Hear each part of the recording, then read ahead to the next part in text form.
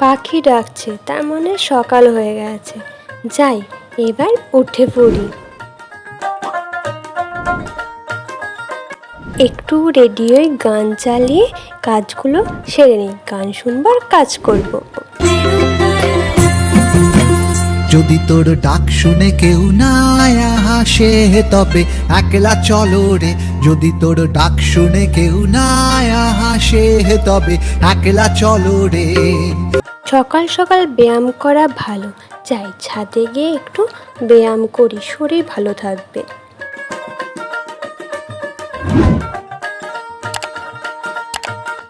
আমার নিজের সমস্ত কাজ শেষ হয়ে গেছে, একটু পড়তে বসি। সন্ধেবেলায় মাস্টারের কাছে পড়া আছে, পড়া না হলে খুব বকা দেবে আবার।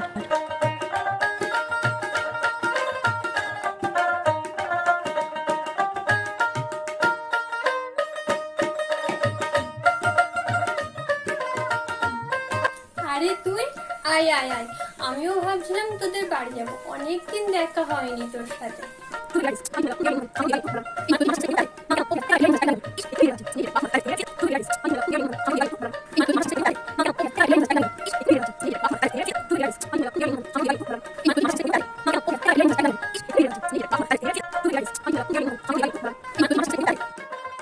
মামার বাড়ি সেই কবে গিয়েছিলাম, পড়াশোনার জন্য অনেক দিন যাওয়া হয়নি।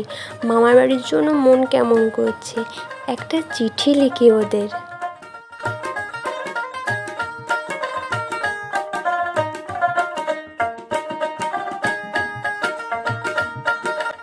আজ বাবা বলেছে আমায় জামার দোকানে নিয়ে গিয়ে জামা কিনে দেবে।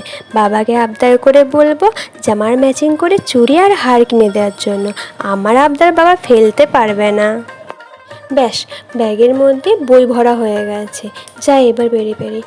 ও, লাইট নিয়ে যেতে হবে তো। আগের দিন অন্ধকার হয়ে গেছিলো, লাইট নিয়ে যাইনি, খুব ভয় লাগছিল। এই তো লাইট। যাই, বেরিয়ে পড়ি, দেরি হয়ে গেল আবার।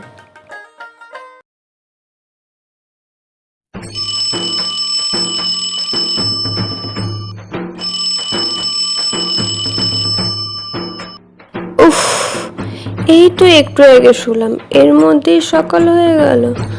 ধুর বাবা, ভাল লাগে না।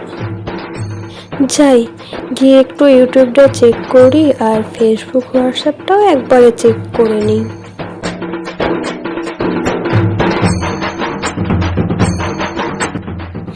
হয়ে গেছে। এই রে, আমি তো ইনস্টাটা চেক করতে ভুলেই গেলাম। যাই, ইনস্টাটাও একটু চেক করে আসি। ব্যাস, সব চেক করা কমপ্লিট। একটু শরীর চর্চা করতে হবে। একটু নেটে সার্চ করে দেখি তো লোকালের মধ্যে কোথায় জিম সেন্টার আছে। কে ওই সকালে তাড়াতাড়ি উঠে ব্যায়াম করবে? দূর, পারবো না। একটা জিম জয়েন করে নিই, ভালোই হবে। ব্যাস, এইসব কাজ শেষ হয়ে গেছে। যাই, গিয়ে একটু ভিডিও বানাই।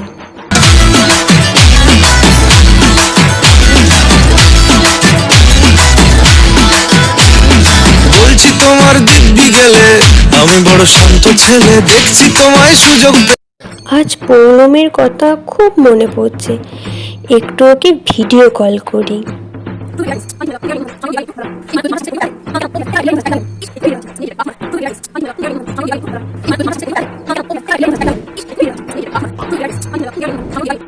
আজ তো একটা জামা ডেলিভারি আসার কথা আছে।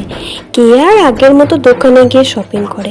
এখন তো ফোনের যুগ, ফোনেই অর্ডার দিয়ে দাও আর একেবারে বাড়ির সামনে এসে ডেলিভারি। অনেক দেরি হয়ে গেছে, এবার তাড়াতাড়ি বেরোই। আসার সময় তো অন্ধকার হয়ে যাবে। একটা লাইট, উফ, আমিও কেন ভুলে যাই। এখন তো ফোনের যুগ, ফোনেই তো লাইট আছে। উফ, যাই, এবার বেরিয়ে পড়ি, দেরি হয়ে গেল। এই দুই জীবনের মধ্যে তোমাদের কোন জীবনটা পছন্দের, প্লিজ কমেন্ট করো।